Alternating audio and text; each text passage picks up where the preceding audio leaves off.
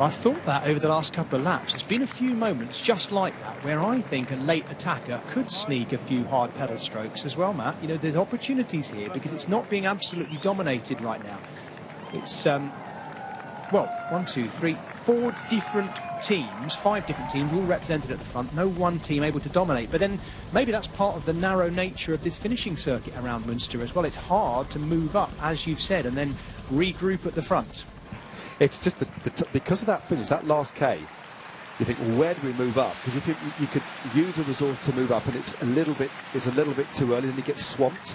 So you've really got to time it right. It's not as if you've got like a technical section where you can drive through, create space, and line out the bunch. Those kind of sprints are far easier because it's just about making sure you're in a good position. But here, with it being so wide, and that because it's so sheltered from the wind as well, the wind doesn't really play its part, so it's sheltered on the inside and on the outside. What you need is somebody who can really create the difference using just raw power and finding that space. This, for sure, is going to be a chaotic sprint. It's Van den Bosch on the front, the young rider from Alp Syndicate, the bronze medalist on the track. We talked about him.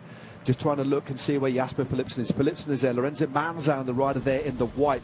One would imagine he'll be the last lead-out rider for Jason Tessen from Total Energies. Yeah, he's using his elbows to do so too. Yeah, he's got Tesson on his wheel.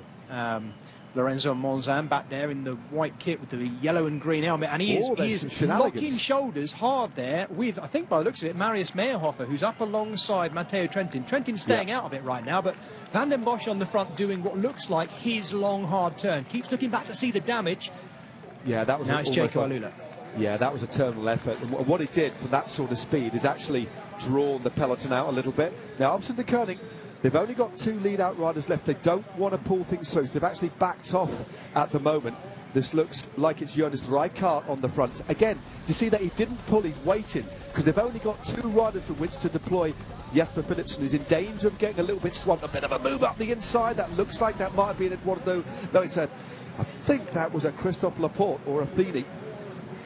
Yeah, you can see how chaotic this is, Jez. It is chaotic. Uno X Mobility in the middle starting. Simon Geschke with picking up here in the last few pedal strokes of his professional career. Up and out of trouble, thankfully, but he's going to finish this and hopefully sit up and get a chance to take the applause of the crowd. It's Lidl Trek who lead in here. They've got Tim Teutenberg in third wheel at the moment, but even they are meshing up with the Uno X riders as well. Marius Meyerhofer looking round to see where the rest of his Tudor Pro Cycling teammates are. No one team has bossed this, but Lidl Trek at the moment looking good with Tim Teutenberg sitting second. It's Simone Consone who's third, so I think you were right. After all that, Matt, it is going to be Simone Consone. He's on the radio too. You're absolutely right. He is on the wheel of Tim Teutenberg. It's the final kilometre. Pascal Ackermann using his shoulders too. This is going to be a bit of a fist fight towards the finish line here, inside the final K.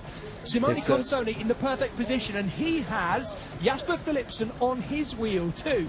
Philipsen appears to have a sweeper by the looks of it, and then it is Pascal Ackermann, after all that work by Israel Premitek, sitting on the back wheel of Philipsen's sweeper. That's a sensible move by them. They've got one rider covering the back wheel, and Biniam Gourmet being led up too. He also only has one rider there to lead him out.